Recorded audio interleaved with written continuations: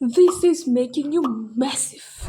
But what makes the smallest particles in you massive? Nature's basic building blocks are fundamental particles like electrons, photons, quarks, and so on. Just like these waves, each of these particles are chunks of excitation in their respective quantum fields. But it turns out if these fields existed just as it is, each of these particles would have been massless and therefore travel at the speed of light. To solve this paradox, physicist Peter Higgs theorized a new field called the Higgs field in 1964. Okay, this field plays a really cool trick.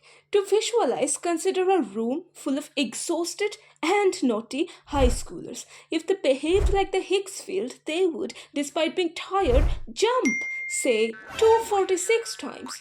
This non-zero resting value, or to be fancier, vacuum expectation value, allows the Higgs field to interact with other particles at its lowest energy state. So what?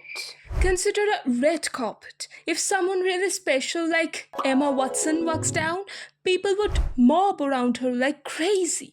This interaction of hers with the crowd makes her more resistant to motion change. In other words, she becomes more massive, just like a quark. But if I dare to walk, I'll just go through the carpet with no interaction whatsoever because no one would even look at me and hence remain massless, just like a photon. This is exactly how the Higgs field gives mass to different fundamental particles. So, interaction is key to mass. To further confirm this theory, CERN actually discovered the Higgs particle 12 years ago, and thus we solved one of nature's biggest mysteries.